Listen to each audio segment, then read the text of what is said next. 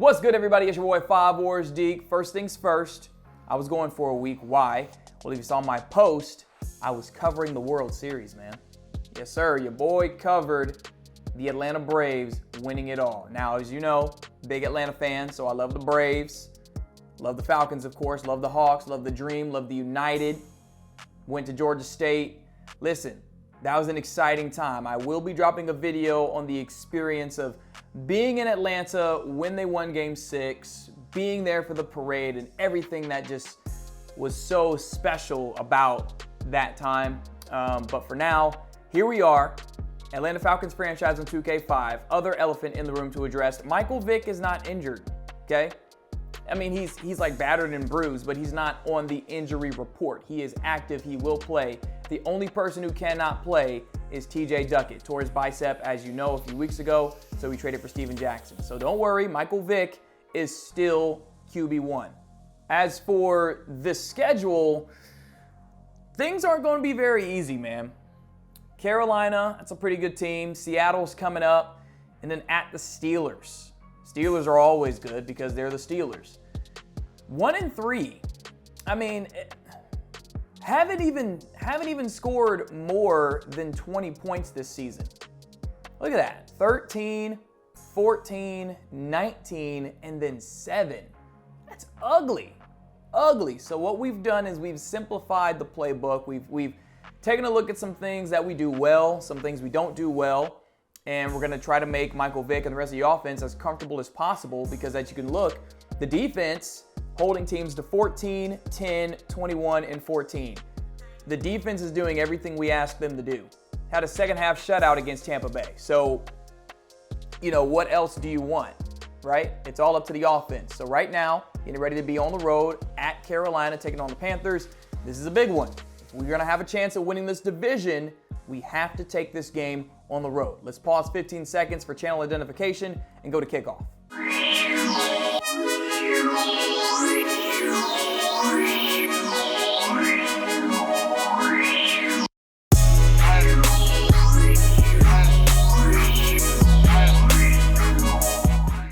All right, listen, if we're going to do something, we got to start with winning this game. It has to start today. This is a 4 p.m. kickoff. Again, defending Super Bowl champs. We're going to get the good games. All right, we're talking about Fox at about 4:15 or something like that with Joe Buck and Troy Aikman. That's the type of game we got today. Work done? I'm going to need you. I'm going to need you because Vic don't have his legs all the way. They're not 100%, so we're going to need you. We are underway, and finally the Falcons are going to get the ball first to start a football game. We won the toss and chose to receive, and Allen Rossum with a good return to the 24. First give is to Dunn. Dunn only 2 yards. Toss to Dunn. Dunn trying to work his way outside. Gets a good gain there. It'll be 3rd and short. Come on. Wide open middle of the field is Michael Jenkins. First down, Atlanta. Come on, Vic. Oh, and Vic takes a hit. Jeez, it's a sack -8. My goodness. Come on, Vic. Finding Peerless Price, and he's off to the races. Peerless Price working his way inside the red zone. Nice laser by Vic. Nice laser. Do the things that you do well. Falcons need to keep doing the things that they do well. That needs to be the focus. There's Steven Jackson with a yayer, and he gets inside the 10. 1st and goal. Here's a give to Steven Jackson again. Jackson takes it to about the 5. 3rd and goal. Got to punch it in, fellas. We got to punch this one in. Vic throws and dropped in the end zone. You had it, dog. Come on. Feely knocks it through. It is 3-0 Atlanta. 10 plays, 72 yards, but I wanted 7 points. Now on defense, Jake Delhomme, as you know, Deshaun Foster, Steve Smith, part of this Carolina offense that is so powerful and can be explosive when they want to be. They'll start with a give to Foster. And good open field. No, he fumbled the football and it went right into the hands of his teammate. Oh my goodness. Bob Sanders forced that fumble. And it ends up being a gain of 2 for Carolina. Delhomme will throw this time, and it's Steve Smith. Oh, he used to torture the Falcons back in these days. He's already got a first down catch. Here's a toss. Foster.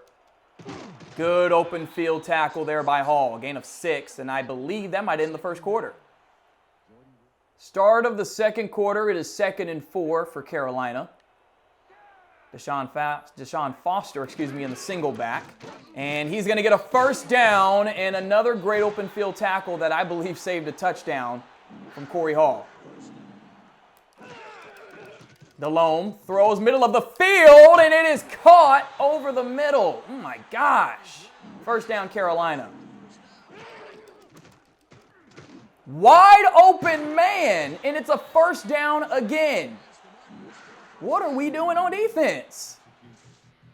I refuse to let Ricky Prohl eat up D'Angelo Hall. Refuse. Make a tackle. Thank you. 2nd and 5 coming up. Watch the slant. Y'all better adjust. The give. Do not let him through. Thank you. All right, Falcons, if you really bout it, you better show it right here. If you really bout it, this your time to show it right here. Delhomme. He still has all day. Passes incomplete. Great coverage, great defense.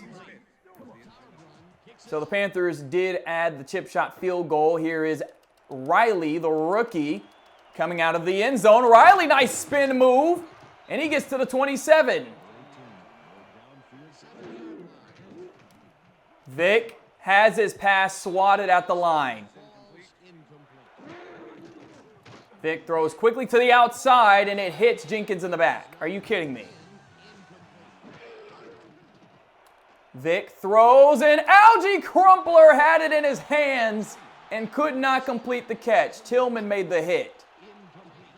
So Carolina has the ball. This will be the last play before the 2-minute warning. The last thing I needed was a 3-and-out on offense. Clock didn't even move hardly. They'll run it here, and Foster gets a first down near midfield. 2-minute warning.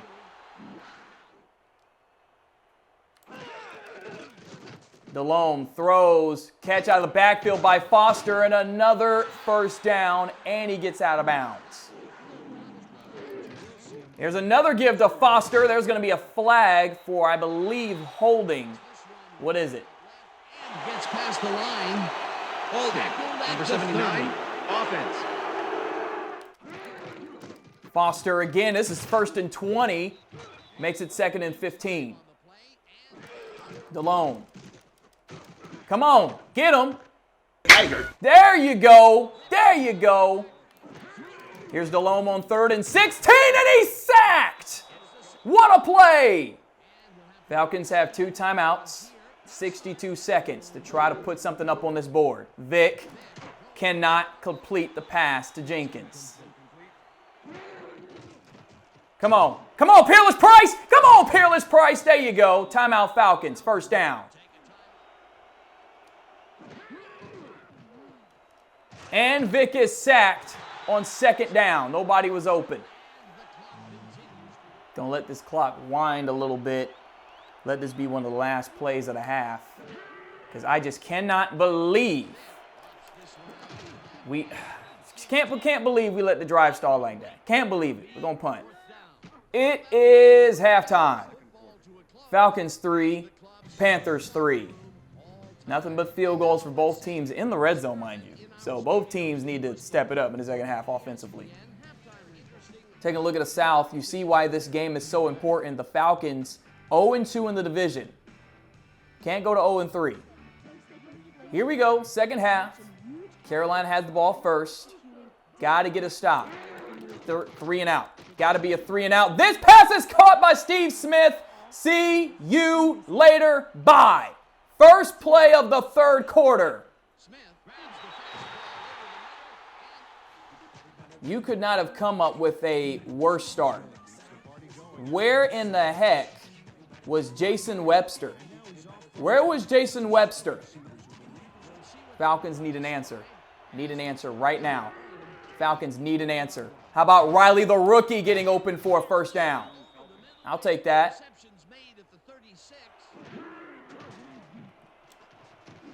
No, catch the ball, Jenkins, catch the ball. Vic is 4 of 12, bro.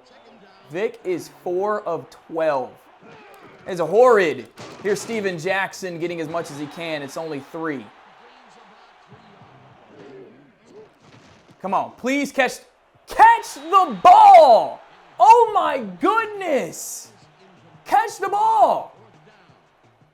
Now we really got to get a stop. We really got to get a stop. Down 10-3. Last time we were out here, gave up a 78-yard touchdown pass on a slant, bro. A slant. Get him in the backfield. There you go, defense. 2nd and 11 coming up.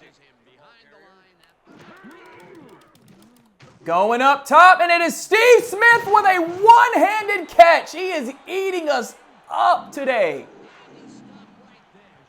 124 yards on 3 catches for Steve Smith. Are you kidding me? On 3 catches, there's a sack. Much needed sack, but oh my gosh. 2nd and 15 for Carolina after the sack. They'll throw it, intercepted! Keith Brooking! Huge play! Huge play! Let's go!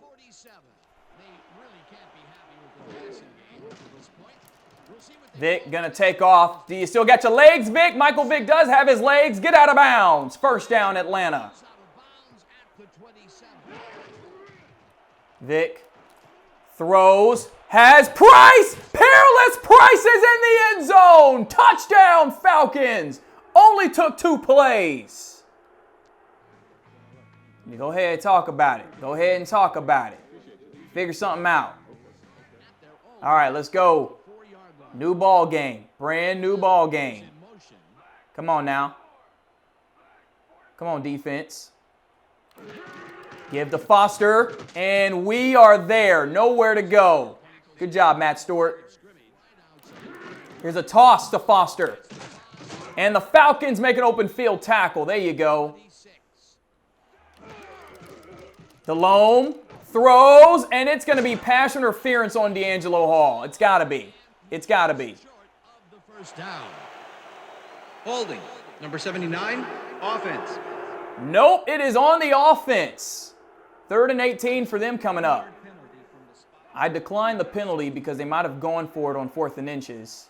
And I don't think we would have stopped them. So here they are from 3rd and 18, and they don't get it. It's intercepted! D'Angelo Hall! That's why I declined the penalty. That's why I declined it. 1st and 10 Atlanta from the Carolina 23. Here we go. The give is to Steven Jackson, and Jackson loses a yard. Vic's going to scramble. Nothing but green grass in front of Michael Vick, and he darts out of bounds. 1st and goal. Yeah, so much for being hurt. Told you that boy wasn't injured. His legs ain't 100%, but he's still Michael Vick. He's still Michael Vick. 1st and goal from about the 7.5-yard line, if you want to call it that.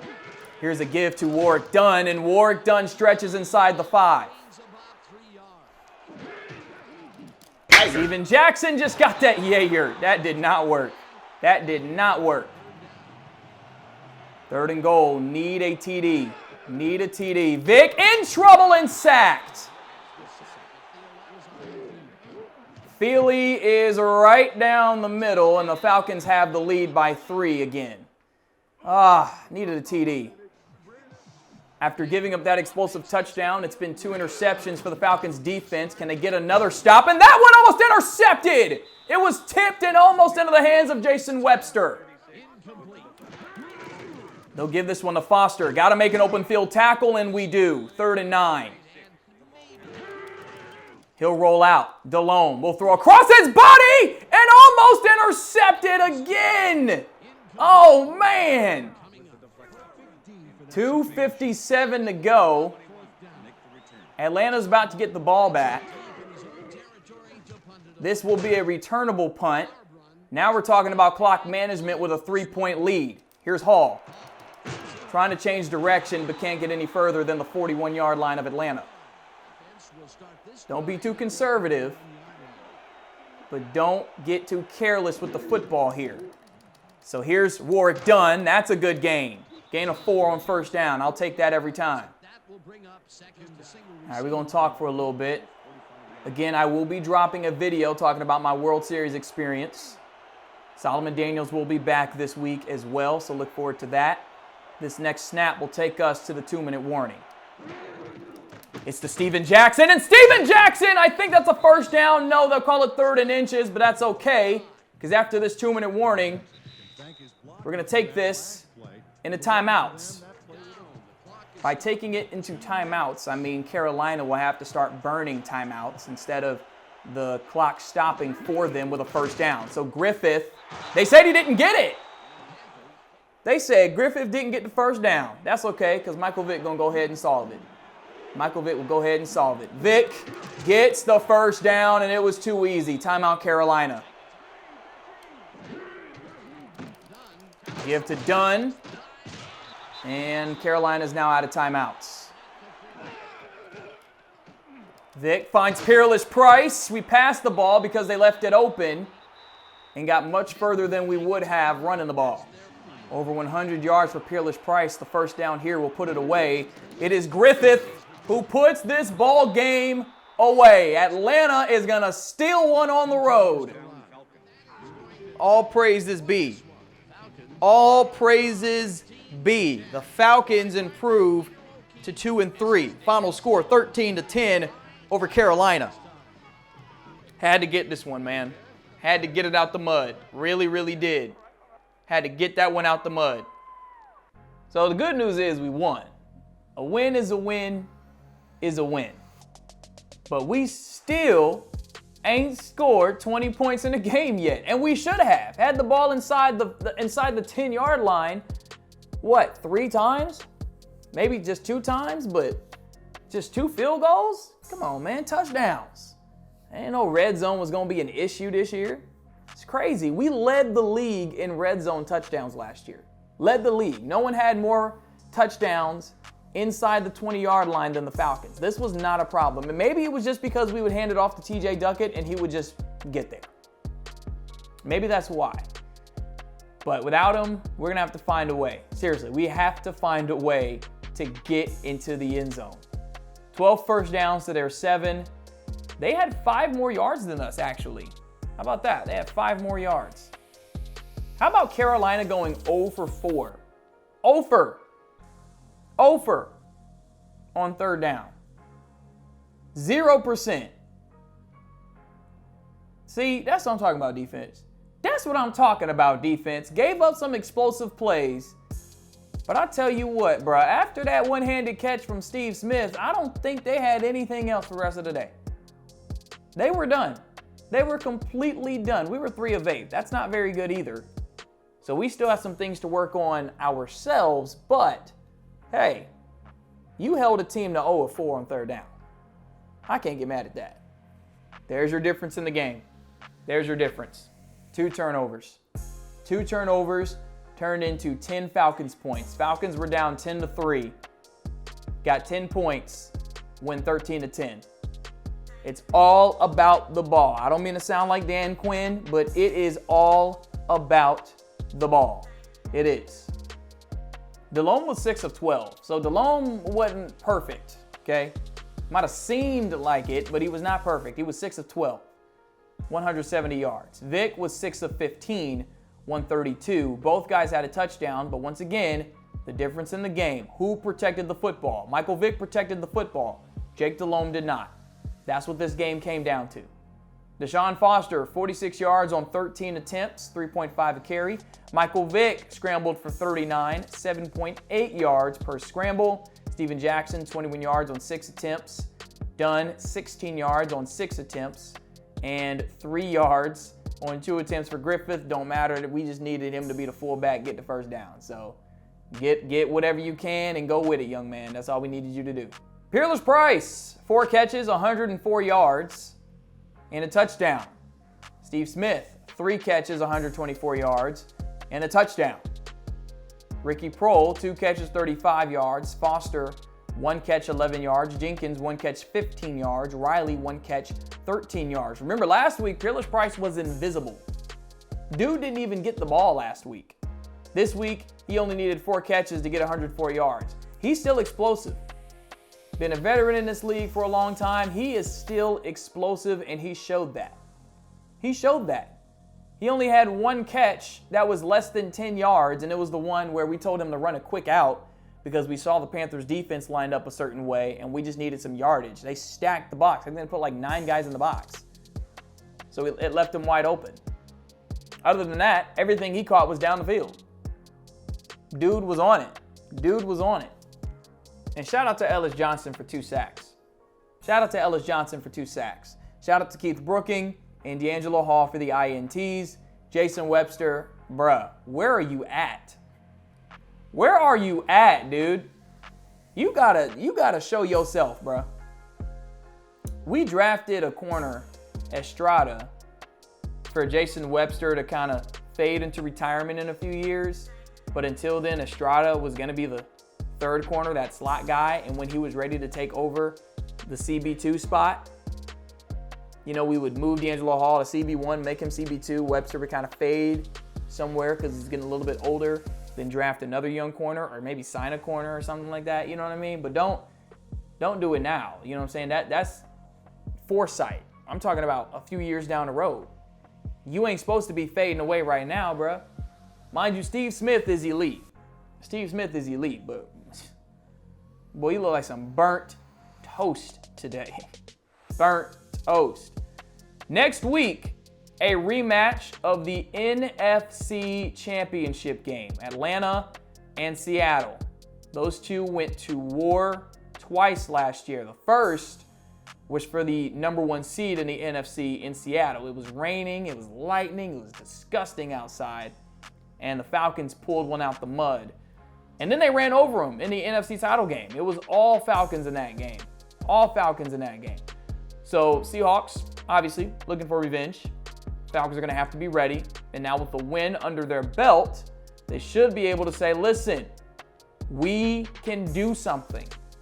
We can do something. We just shut down one of the better offenses in the league today. Hang on. Just keep on hanging on with both hands. That's all you got to do. Hang on with both hands and let it ride. That's what the Braves did. That's what the Braves did.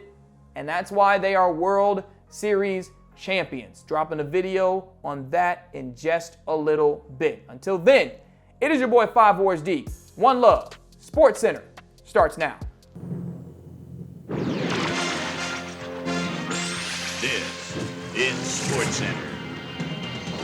I'm Chris Berman. Let's get straight to the action. In our first game this week, we had the Steelers walk away with a 6-point victory. Ahmad Carroll had a stellar game, but all said and done, his performance wasn't enough to lift his team to a victory. We had a big injury in this one, and Trey has the lowdown for us. Trey? All right, Chris, thanks. In front of you, we've got the AFC Infirmary Report. And as you can see, they were hit hard this week. Courtney Brown is probably the one that most leaps out at you. He'll be out for 7 weeks. In front of you, we've got the NFC list. And as you can see, they could form their own MASH unit. Sanchez sticks out on this list as one of the more costly injuries. A hairline fracture of the arm is the initial report, and the doctors are saying he'll be out for 11 weeks. Now, on to even bigger news, as you may have already heard. Anquan Boldin will miss the remainder of the year, and this is a big blow to this passing game, because he was obviously a main target. Now we'll move on to our top story of the day. Amon Green is going to find himself on the shelf, and that will be a major blow to his team. So that'll do it for now. Chris, let's send it back to you. Steve Air McNair threw for 250-plus yards and helped his Titans beat the Cardinals.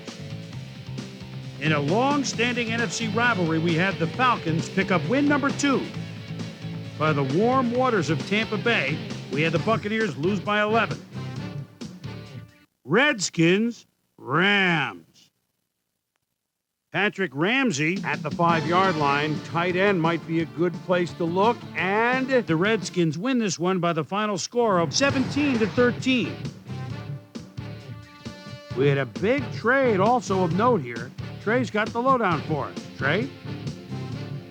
Over now to news of a trade that might have some ramifications.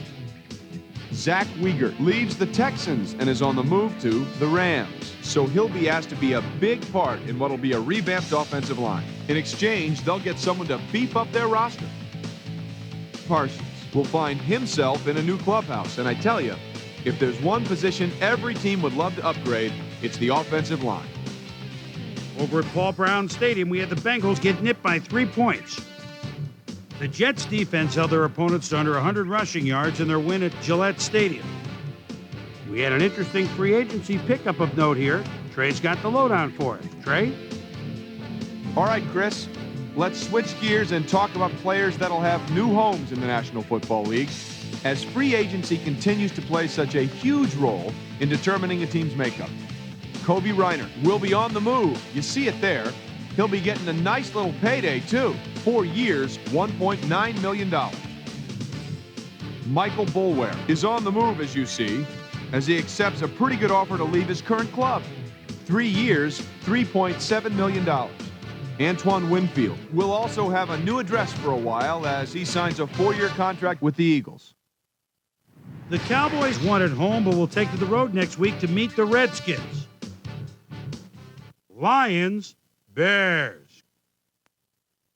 Joey Harrington is always a double threat in the red zone at the 5-yard line. There's a snap, and in the slot, the back quickly in the end zone for 6. The Lions go on to win this by the final score of 27-20.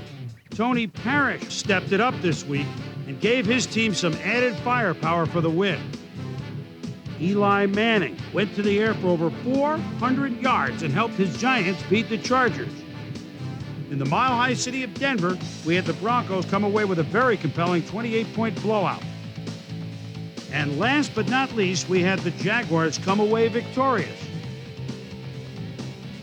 So another week in the books here on ESPN, but what do you say we hand out a few game balls before we go? Here's my prime-time players. That'll do it, sports fans. I'm Chris Berman, and thanks so much for joining us here in the Bristol studios. We'll see you next week right here on ESPN, the worldwide leader in sports.